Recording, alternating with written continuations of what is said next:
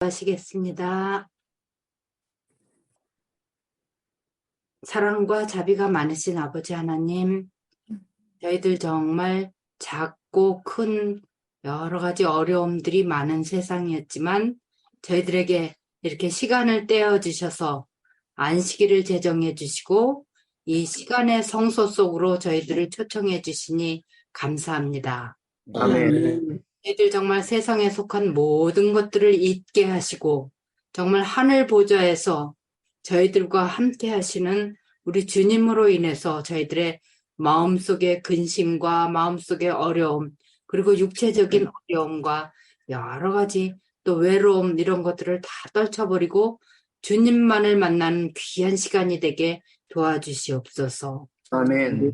저희들 정말 창조 때에 주님께서 에덴 동산에서 함께 하셨던 그 주님을 저희가 눈으로 직접 뵙지는 못하지만 성령님을 통하여 그리고 목사님의 말씀을 통하여 하나님의 말씀을 통하여 그리고 성도들의 얼굴과 모습을 통하여 이렇게 나눌 때 정말 하늘의 분위기로 가득하게 도와주시고 아멘. 음식을 저희만 간직할 것이 아니라 저희의 이웃들에게도 잘 나눌 수 있도록 도와주시옵소서. 아멘. 오늘 특별히 또 이렇게 우리 전종진 선생님과 이미자 권사님 정말 줌을 통하여 또 뵐 수 있도록 도와주셔서 감사합니다.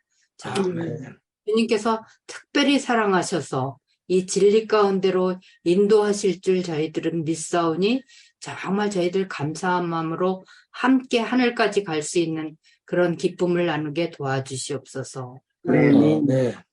지금 여러 가지 사정으로 이 자리에 아직 참석하지 못한 교우님들에게도 함께하여 주시옵시고 속히 같이 함께 예배드릴 수 있도록 도와주시옵소서. 아멘. 아직 건강이 좋지 못하신 우리 많은 어르신들 주님 기억하여 주시옵소서. 주님께서 함께 하시지만 또 이 세상에는 많은 어려움이 사단 때문에 있습니다. 그러나 우리 주님께서 저희를 영생으로 인도하실 것을 믿고 작은 그런 아픔들도 이겨내는 귀한 안식일 되게 도와주시옵소서. 아멘. 말씀을 주실 때에 우리 목사님과 함께하여 주시고 성령의 두루마리로 입혀주셔서 저희들에게 가장 필요되는 말씀을 허락하여 주시고 저희들의 마음을 비워서 정말 그 말씀을 받아들이고 그 말씀이 한 귀로 듣고 나아가는 그런 말씀이 아니라 저희 생활에 변화가 일어날 수 있도록 듣는 모두에게도 성령님으로 함께하여 주시옵소서. 아버지 시간 내내 우리 주님께서 홀로 영광 받으시옵시고 저희에게는 큰 기쁨과 감동의 시간이 되도록 인도하여 주시옵기를 사랑이 많으신 예수 그리스도의 이름으로 간절히 기도드립니다. 아멘. 아멘. 또 왜 이렇게 되냐? 자꾸 꺼져. 네, 우리 목사님 나오셔서 하나님의 말씀 주시겠습니다. 예. 날씨가 확실하게 더워졌죠? 시원해지는 것 같아요. 너무 더워요. 점점 더 더워질 것입니다. 이 무더위 가운데서도 하나님께서 우리 모든 성도님들에게 건강 주셔서 건강에 어려움 없이 이 여름철을 잘 날 수 있게 되기를 주님의 이름으로 축원합니다. 오늘은 저는 이 마지막 때에 다니엘의 생애를 통해서 배울 몇 가지 교훈들을 살펴보려고 합니다. 다니엘서 6장 1절로 4절에 있는 말씀을 제가 봉독하겠습니다. 성경을 가지고 계신 분들은 다니엘서 6장을 다 펴시기 바랍니다. 다니엘서 6장 1절로 4절에 있는 말씀입니다. 다리오가 자기의 뜻대로 고관 120명을 세워 전국을 통치하게 하고 또 그들 위에 총리 셋을 두었으니 다니엘이 그 중에 하나이라. 이는 고관들로 총리들에게 자기의 직무를 보고하게 하여 왕에게 손해가 없게 하려 함이었더라. 다니엘은 마음이 민첩하여 총리들과 고관들 위에 뛰어나므로 왕이 그를 세워 전국을 다스리게 하고자 한지라. 이에 총리들과 고관들이 국사에 대하여 다니엘을 고발할 근거를 찾고자 하였으나 아무 근거, 아무 허물도 찾지 못하였으니 이는 그가 충성되어 아무 그릇됨도 없고 아무 허물도 없음이었더라. 아멘. 지금 읽은 이 장면이 감동적인 이유는요, 이 다리오가 자기의 뜻대로 고관 120명을 세웠다라고 했습니다. 이 다리오가 다스리는 나라는 여러분 아시는 대로 메데 페르시아 나라입니다. 여러분, 다니엘이 어느 나라에게 이스라엘에서 포로로 잡혀갔습니까? 바벨론. 바벨론에게 잡혀갔어요. 이 바벨론에서 다니엘이 박사의 신분을 얻게 되고, 그리고 이 느부갓네살 왕의 꿈을 해석함으로 다니엘 바로 이 바벨론 왕 바로 밑에 있는 높은 위치에까지 올라가게 되었습니다. 그런데 바벨론이 70년의 영화를 누리고 이제 페르시아에 의해서 멸망을 당하게 되는 것이죠. 나라가 망하고 새로운 나라가 이루어진 것입니다. 여러분 아시는 대로 우리 같은 나라에서도 대통령이 바뀌면 그 모든 국무총리라든지 장관들이 다 어떻게 됩니까? 바뀌죠. 다 바뀝니다. 같은 대통령이 있을 때에도 개각이 여러 번 되는 경우도 있습니다. 그런데 지금 같은 나라의 대통령이 바뀐 것이 아니라요, 나라가 하나가 망하고 다음 나라가 일어난 것입니다. 그러니 얼마나 큰 변화입니까? 바벨론에서 고위 관직이 있었던 사람들이 메데 페르시아 왕국에서 고위 관직을 차지하는 것은 이건 정말 말도 안 되는 일입니다. 근데 오늘 이 다니엘이 다리오 왕 때 고관 120명을 세우는데요, 그 120명 후에 또 총리 셋을 세우는데 그 총리 중에서도 으뜸 총리가 됐다라고 하는 감동적인 이야기를 하고 있는 것입니다. 이걸 봤을 때 다니엘의 생애가 어떠한 생애였는지를 이 한 말씀으로 다 묘사하고도 남지 않은가라고 생각을 합니다. 나라가 망하고 새로운 나라가 들어섰는데도 그가 가지고 있었던 지혜와 또 그가 가지고 있었던 성실함, 재능, 능력을 통하여 그 다시 세워진 나라의 최고 고위의 총리로 올라갈 수 있었다라고 하는 것입니다. 성화된 생애라고 하는 책의 21페이지에 이렇게 기록합니다. 선지자 다니엘은 고상한 품성을 가진 사람이었다. 그는 사람이 지혜로우신 하나님과 연합할 때 어떠한 사람이 될 수 있는지에 대한 뚜렷한 모본이었다. 이 하나님의 거룩한 사람에 대한 짤막한 기사는 후세의 시험과 시련을 견디도록 부름을 받게 될 사람들을 격려하기 위하여 기록되어 남아있다. 우리가 지금 살고 있는 시대가 시험과 시련의 시대임이 틀림없습니다. 우리를 유혹하는 사단의 시험이 어느 때보다도 많은 시대에 살고 있습니다. 그리고 우리가 요새 새벽에 요한계시록을 공부하면서 배우는 것처럼 끝없는 하나님의 허락하셔서 이 땅에 내려지는 재앙과 시련들이 굉장히 많은 시대에 우리가 살고 있는 것이 분명합니다.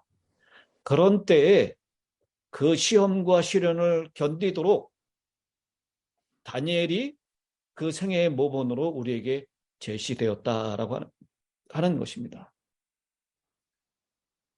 교회증언 4권 570페이지에도 이렇게 말씀합니다.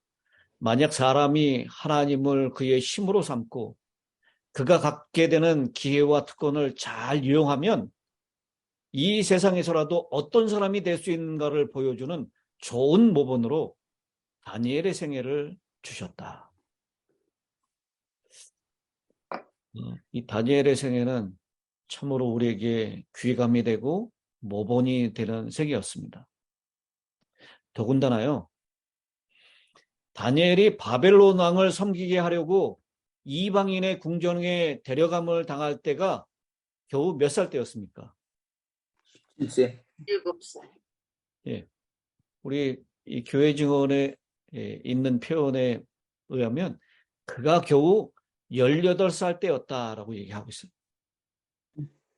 그의 젊음 때문에 죄를 저항하는 그 고상한 성품과 의의 편에 굳게 서 있는 태도가 더욱 가상하다는 것이다. 여러분, 이제 사회적인 경험도 많고 산전수전을 다 겪은 사람이 시련의 때에 의연하게 설 수 있는 것, 어쩌면 당연한 것처럼 보일 수도 있습니다.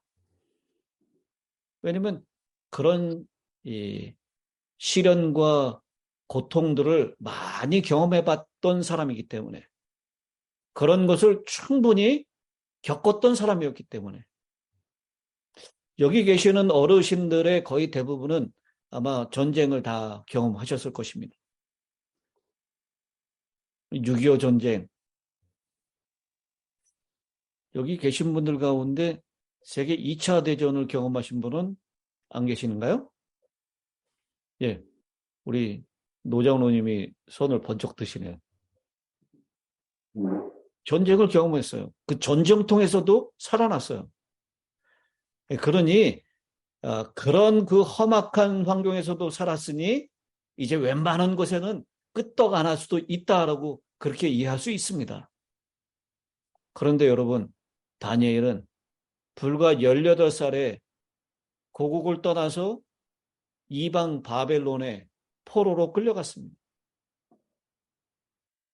거기에서 이방 궁정의 화려한 유혹들, 그리고 이 바벨론에서 악한 영향력들이 호시탐탐 다니엘과 그 친구들을 유혹했을 것입니다.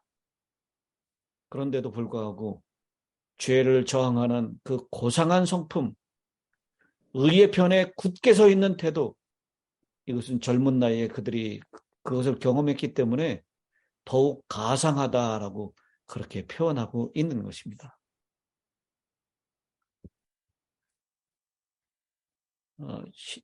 시조 1910년 12월 6일자에 이렇게 기록합니다. 지금도 다니엘 같은 사람이 필요하다. 어떤 사람이 필요하다고요? 예. 다니엘 같은 사람이 필요하다. 자신을 부인하는 사람, 철저한 절제, 개혁자가 될 만한 도덕적 용기를 가진 사람이 필요하다. 여러분, 지금 오늘날 다니엘과 같은 그런 사람이 필요하다라고 말씀을 합니다. 저는 몇 주 전에 있었던 우리 힐탑 EM에서의 어린이 봉헌식, 그리고 안 목사님이 그 영상을 올려주셨죠? 지난 주간에 있었던 온타리오의 어린이 성경학교. 이런 모습을 보면서 이 아이들이 다니엘처럼 그들의 생애를 보낼 수만 있다면 얼마나 좋을까 하고 생각했습니다. 그리고 봉헌식을 할 때 그 어린아이의 몸에 손을 얹으면서 그 아이가 정말 다니엘과 같은 그런 마지막 때의 의의 편에 굳게 서고 죄악에 타협하지 않는 그런 아이가 되면 얼마나 좋을까 기도했습니다. 아멘.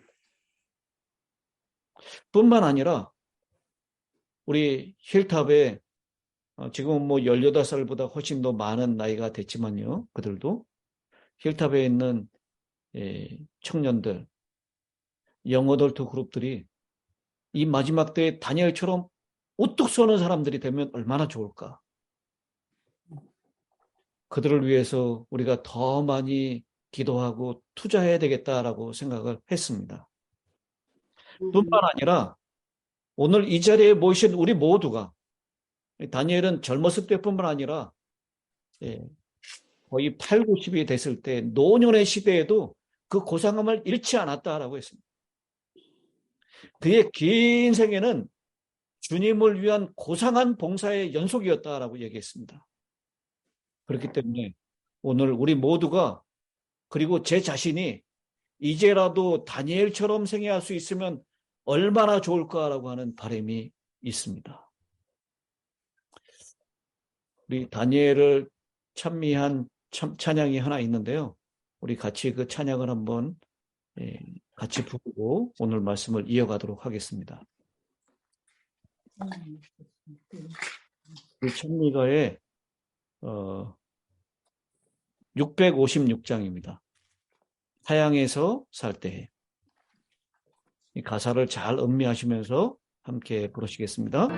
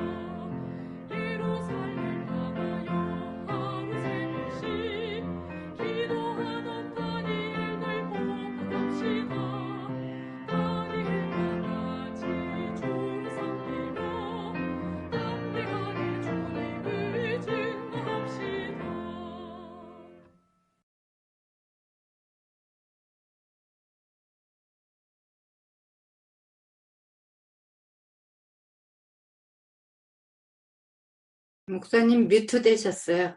소리가. 이 다니엘의 생애를 잘 표현한 그런 찬송이라고 생각합니다. 얼마나 빠른지. 좀 빨리죠? 근데 이게 4분의 2박자이기 때문에 원래 이렇게 불러야 되는 거예요. 우리가 여태까지 너무 천천히 부른 겁니다. 타향에서 살 때에 다니엘이 뭐 했다고요? 뜻을 정하여. 뜻을 정했다라고 했어요. 주님께 충성하기로 뜻을 정했다라고 얘기를 합니다. 그리고 2절에 보면 음식물을 삼가고 절제했다라고, 뜻을 정하고 그 뜻을 이루기 위하여 음식물을 삼가고 절제했다. 풀무불에 던짐을 당할 때라도 충성하기로, 죽음의 자리에 설 때까지도 충성하기로, 그 뜻을 굽히지 않기로 했다. 그리고 다니엘이 예루살렘이 향하여 난 창을 향하여 하루에 3번씩 기도하는 그런 모습을 보여주고 있습니다. 오늘 저는 이 찬미가에 나오는 말씀처럼 다니엘의 생애 가운데 우리가 배워야 될 몇 가지 교훈을 생각하면서 여기 모이신 우리 모두가 또 제 자신이 다니엘과 같은 그런 사람이 되기로 다시 한번 새롭게 헌신하고 결심하는 시간으로 삼고자 합니다. 먼저 다니엘 1장 8절에 있는 말씀입니다. 다니엘은 뜻을 정하여 왕의 진미와 그의 마시는 포도주로 자기를 더럽히지 아니하리라 하고 자기를 더럽히지 않게 하기를 환관장에게 구하니. 다니엘의 생애 목표는 분명했습니다. 방향이 확실하였다는 것입니다. 그의 생애 목표는 곧 하나님의 뜻이었습니다. 자기 생애의 목표를 하나님의 뜻으로 알고 그 목표인 하나님의 뜻에 일치하는 그런 삶을 살았던 사람이었습니다.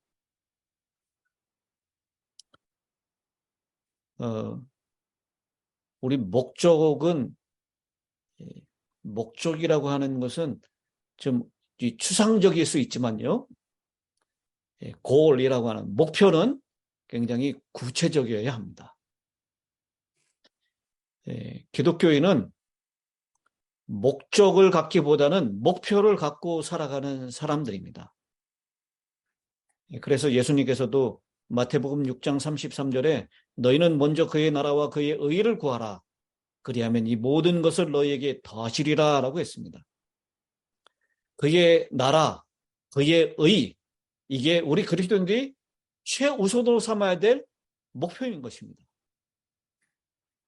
여러분, 오늘 하나님의 나라를 바라보시면서 하나님께서 우리에게 주시는 의로운 삶을 살기 위하여 오늘도 주님만 의지하여 그렇게 살기로 다시 마음 가운데 새롭게 재헌신하시게 되기를 바랍니다. 아멘. 빌립보 3장 12절에도요. 내가 이미 얻었다 함도 아니요 온전히 이루었다 함도 아니라 오직 내가 그리스도 예수께 잡힌 바 된 그것을 잡으려고 쫓아가노라 라고 했습니다. 내가 세운 목표가 아니라 그리스도께서 목표를 정해 주셨고 그리스도께서 나를 포로로 잡아주셨기 때문에 나는 내 생애의 목표가 아니라 하나님께서 포로로 잡아서 하나님의 목표를 향해서 갈 수 있도록 하셨기 때문에 그것을 바라보며 가노라라고 사도 바울은 고백하고 있는 것입니다. 이 세상에 있는 모든 것이 상대적이지만 하나님과 하나님의 말씀은 타협이 있을 수 없는 절대적인 것입니다.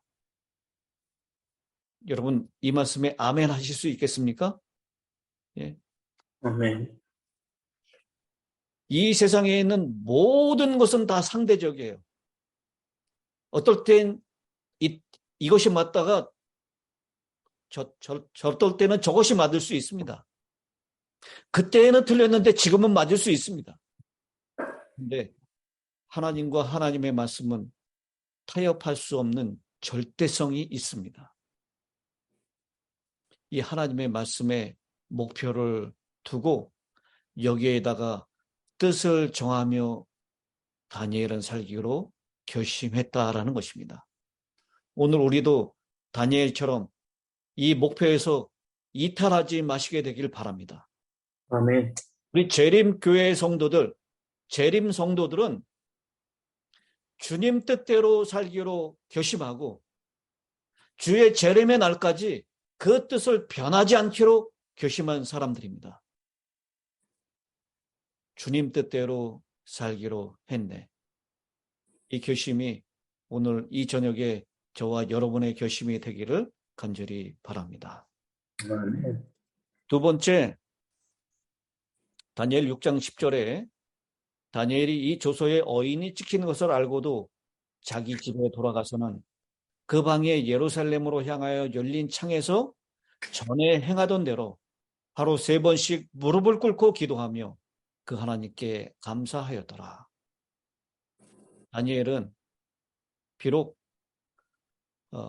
기도하면은 왕의 다른 신에게 기도하면 죽는다라고 했던 왕의 조서에 어인이 찍혀 있는 것을 알고도 목숨을 걸고 기도하는 사람이었습니다. 여러분,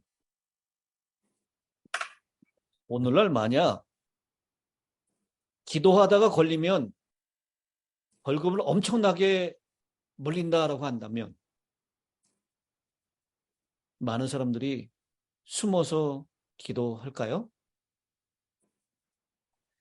기도하다가 걸리면 사자굴에 던져지는 죽임을 당할 수밖에 없다라고 얘기한다면 사람들은 기도를 쉽게 포기해 버릴 것입니다. 그러나 다니엘은 목숨 걸고 기도하는 사람이었습니다.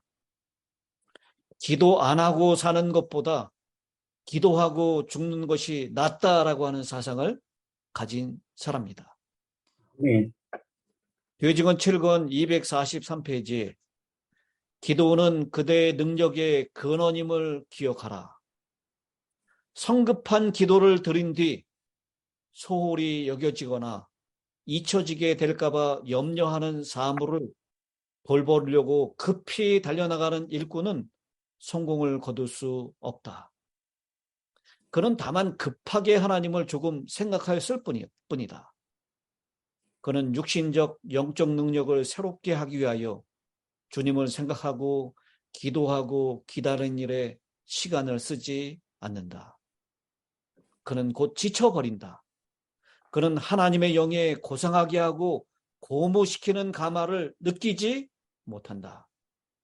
그의 지친 몸과 피곤한 머리는 그리스도와의 개인적인 접촉을 통하여 위로함을 받지 못한다.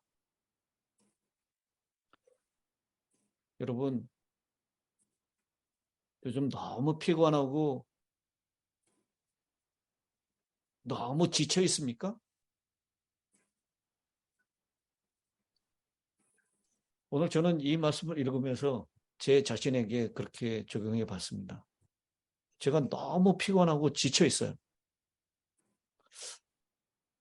이 야영회가 다가오고 또 이것저것 주변에서 굉장히 바쁘게 돌아가는 일들.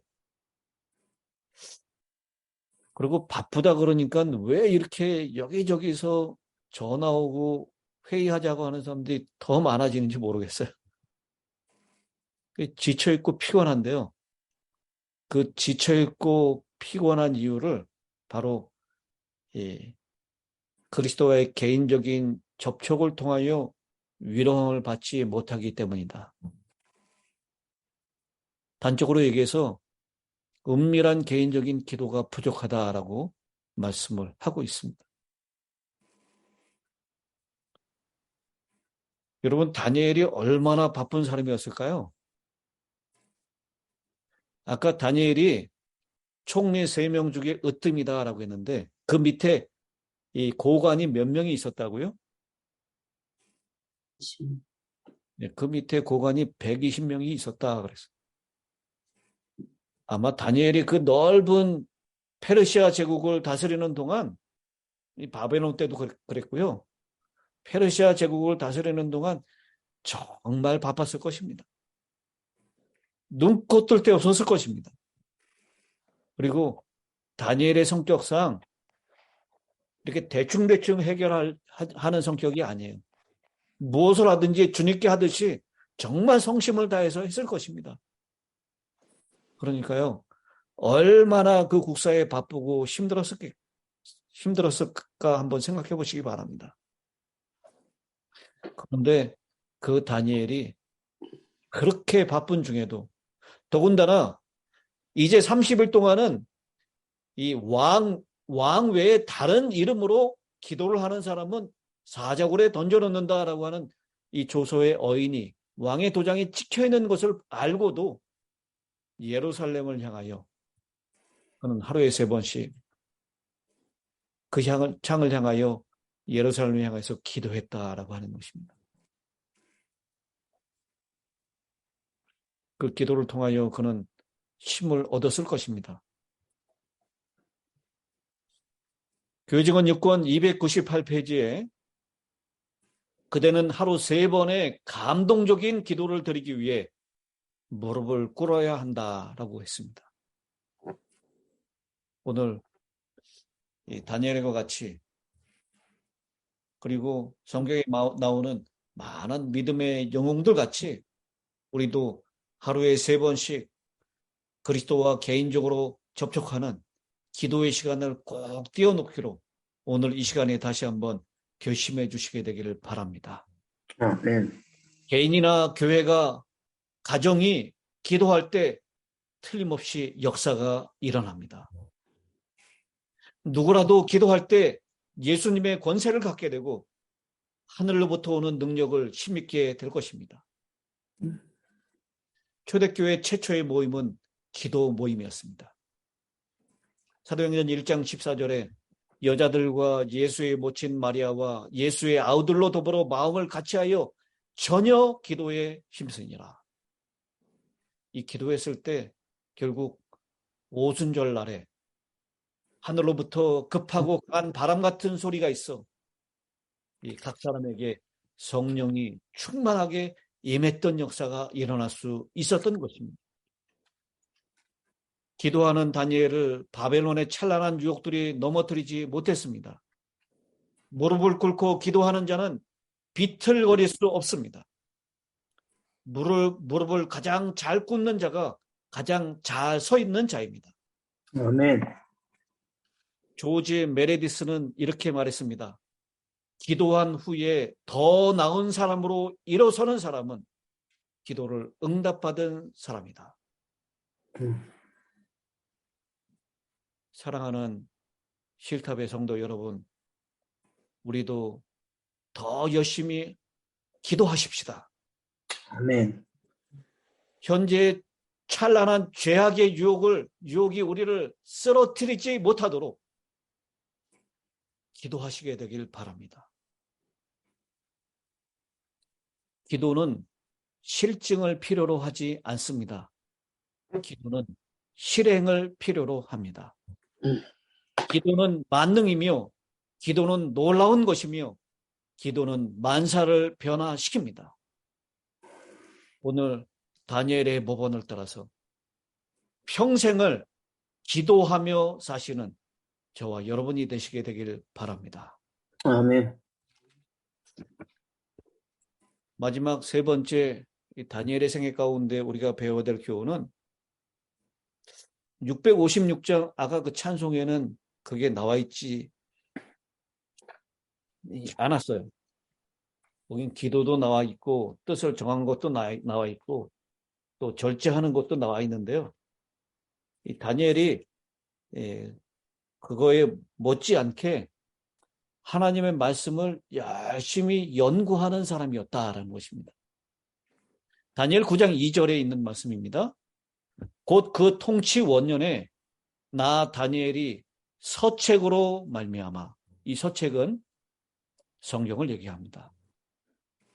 예레미야서를 특별히 얘기합니다. 여호와의 말씀이 선지자 예레미야에게 임하여 고하신 그 연수를 깨달았나니 곧 예루살렘의 황무함이 70년 만에 마치리라 하신 것이니라. 다니엘은 그 바쁜 국사 중에도 기도했을 뿐만 아니라 하나님의 말씀을 연구하는 데 게을리하지 않았던 사람입니다. 그는 성령의 은사, 즉 예언의 은사를 또한 받았습니다. 누가복음 24장 32절에요. 저희가 서로 말하되 길에서 우리에게 말씀하시고 우리에게 성경을 풀어주실 때에 우리 속에서 마음이 뜨겁지 아니하더냐 하고, 말씀이 풀어질 때, 말씀이 깨달아질 때 우리의 마음에 뜨거움이 생긴다라는 것입니다. 네.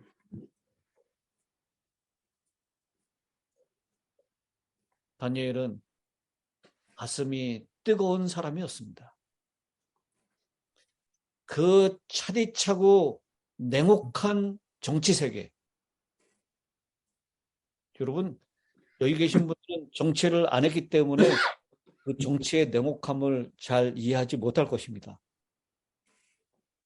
근데 이 정치하셨던 분들 얘기를 들어보면요. 아, 정말 무섭습니다. 한순간에 그들이 가지고 있었던 이 의지, 신이, 이 모든 것들이 한순간에 변해질 수 있어요.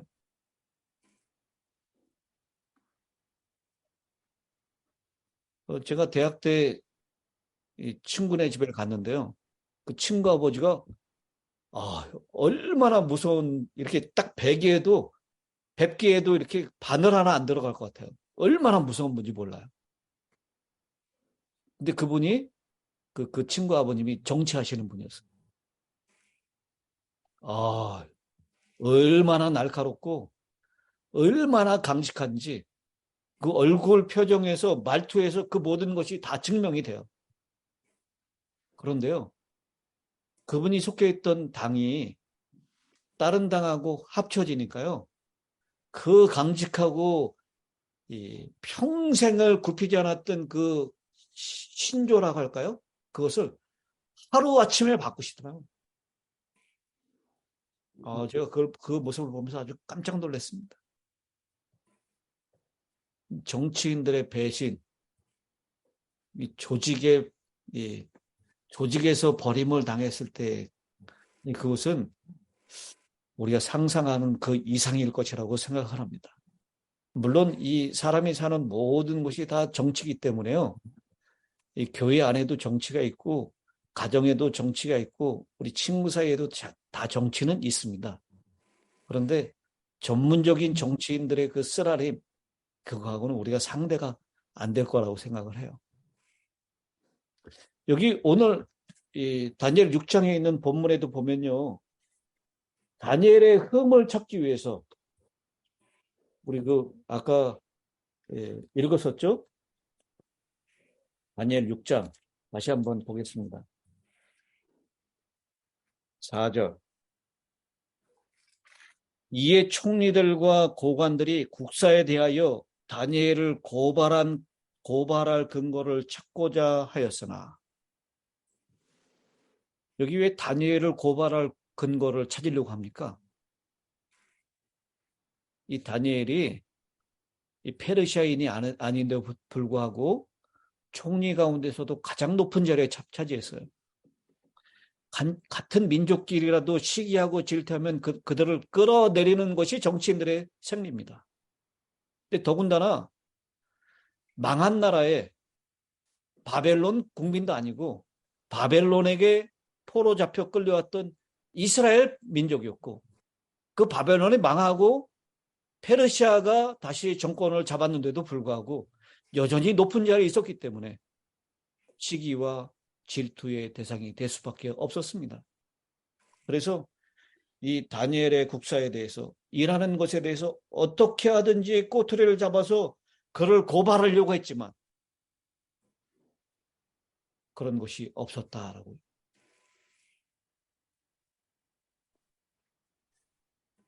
차디찬 정치 세계의 냉혹한 현실 앞에서도 다니엘은 그 가슴의 뜨거움이 식지 않았던 사람입니다. 그 이유는 바로 하나님의 말씀을 연구하는 자였기 때문입니다. 성령 하나님의 음성을 듣고 그 음성에 순종하는 사람이었기 때문입니다. 우리도 말씀을 연구할 때 우리의 마음들이 뜨거워지는 경험이 있게 되길 바랍니다. 아멘. 통해서 말씀을 통한 부흥이 우리 개인에게, 가정에게, 교회에게 일어날 수 있게 되기를 바랍니다. 계시록 1장 3절에 이 예언의 말씀을 읽는 자와 듣는 자들과 그 가운데 기록한 것을 지키는 자들이 복이 있나니 때가 가까움이라 라고 했습니다. 에스겔 3장 10절 11절에도 또 내게 이르시되 인자야, 내가 네게 이를 모든 말을 너는 마음으로 받으며 귀로 듣고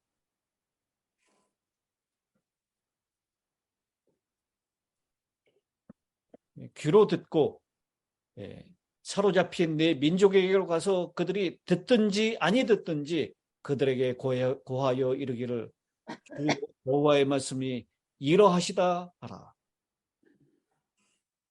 그러므로 우리도 말씀을 읽고 듣고 지키고 그 말씀을 나누어 주는 복된 사람이 되어야 될 것입니다. 말씀이 육신이 된 사람, 말씀에 정통한 사람을 말합니다. 물론 말씀이 육신이 되신 분은 예수 그리스도의 성육신을 표현하는 것이지만요, 그 말씀이 우리 안에 있고 그 말씀이 우리에게 육화된 사람, 그 사람은 참으로 복이 있는 사람입니다. 요한복음 5장 39절에 너희가 성경에서 영생을 얻는 줄 생각하고 성경을 상고하거니와 이 성경이 곧 내게 대하여 증거하는 것이로다 라고 했습니다. 그러므로 말씀을 상고함으로 영생, 생명을 소유하고 있는 사람, 또 예수 그리스도로 충만한 사람, 그래서 그 충만한 예수를 주변에 있는 사람들에게 전하고 그 생명을 나눠주는 우리 힐탑의 모든 성도님들이 되시기를 간절히 축원합니다. 아멘. 선지자왕 522페이지에 하늘의 요구들에 대한 엄격한 순종은 영적 축복과 똑같이 현세적 축복도 가져온다. 하나님께 대한 그의 충성에 확고부동하고 사욕의 지배에 굴하지 않는 다니엘은 그의 고상한 품격과 변함없는 성실로 아직 청년의 때에 그를 감독하는 이방관원의 은혜와 긍휼을 얻었다. 동일한 특징이 그의 후년의 생에서도 나타났다. 그는 바벨론 나라의 총리 직분에 속히 올랐다. 뒤따른 군주들의 통치도 그 나라가 몰락하고 다른 세계 제국이 설립되었으나 그의 지혜와 정치적인 수단이 재주와 예모와 그의 진정한 마음의 선과 원칙에 대한 성실성처럼 완전하였으므로 그의 원수들까지도 아무튼 아무 허물을 찾지 못하였으니 이는 그가 충성됨이라고 고백할 수밖에 없었다. 이 선지자 왕의 기록입니다. 여러분, 우리가 이런 사람이 되면 얼마나 좋겠습니까? 우리의 자녀들, 우리의 후세대들이 이런 사람이 되면 얼마나 좋겠습니까?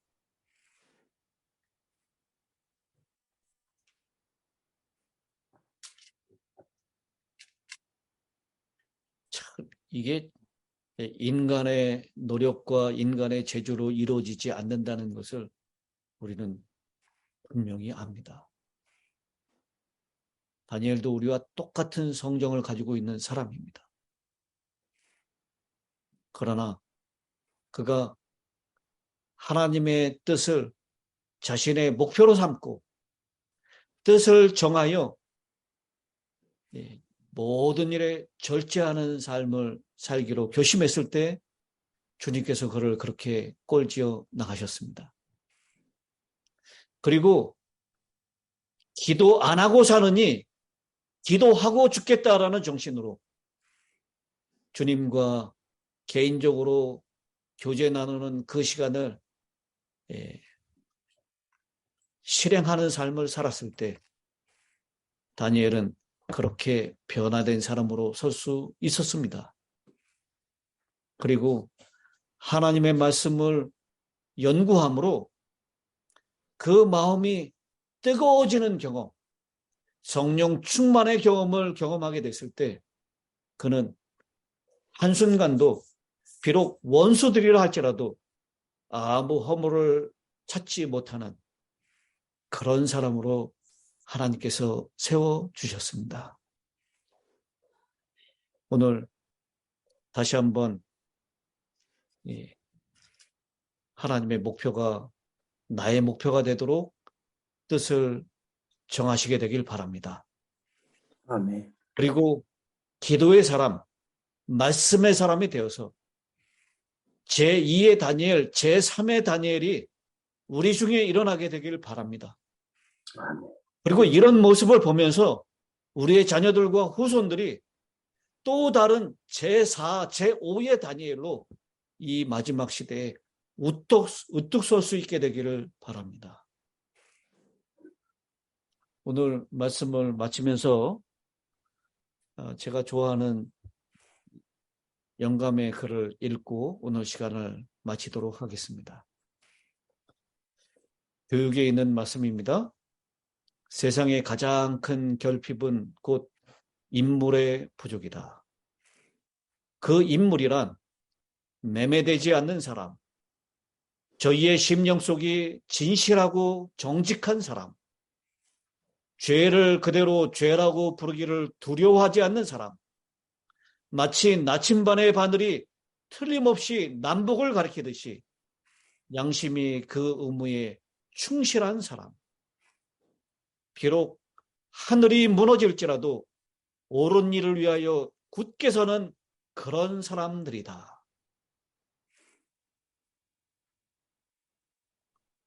인물의 빈곤의 시대에 살고 있습니다. 그리스도를 믿는 우리 자신들이 솔선해서 그런 인물들로 주님 앞에 설 수 있게 되기를 간절히 바라면서 오늘 말씀을 마치겠습니다. 아멘. 자, 하늘에 계시는 아버지 하나님, 요즘 왜 이렇게 피곤하고 지쳐 있는가? 하나님과 깊이 대화 나누는 개인적인 기도의 시간이 부족하기 때문이었음을 고백합니다. 그리고 말씀을 깨달은 성령 하나님의 충만하신 은혜가 이 가슴을 뜨겁게 변화시키지 못했기 때문입니다. 오늘 다시 한번 다니엘의 생애를 되돌아보면서 우리도 그런 사람으로 설 수 있도록 주님 도와주시옵소서. 하늘이 무너질지라도 굳게 서는 사람들, 매매되지 않는 사람들, 하나님의 목표가 곧 나의 목표가 되는 사람들, 하나님께 사로잡힌 바 되어서 그 길을 걸어갈 수밖에 없는 사람들, 그런 사람이 되게 하기를 원합니다. 세상의 유혹에 눈돌리지 않게 하시고 아멘. 죄악에 타협하지 않게 하시고 하나님만 바라보고 주님 인도하시는 길에 순종하며 따라가는 다니엘과 같은 사람 되게 하시고, 물론 이런 다니엘과 같은 삶의 모습을 바라보면서 우리의 자녀들과 우리의 후손들이 다니엘처럼 또 우뚝 서는 사람들 될 수 있도록 복을 허락하여 주시옵소서. 우리 주님 예수님의 이름으로 간절히 기도드리옵나이다. 아멘.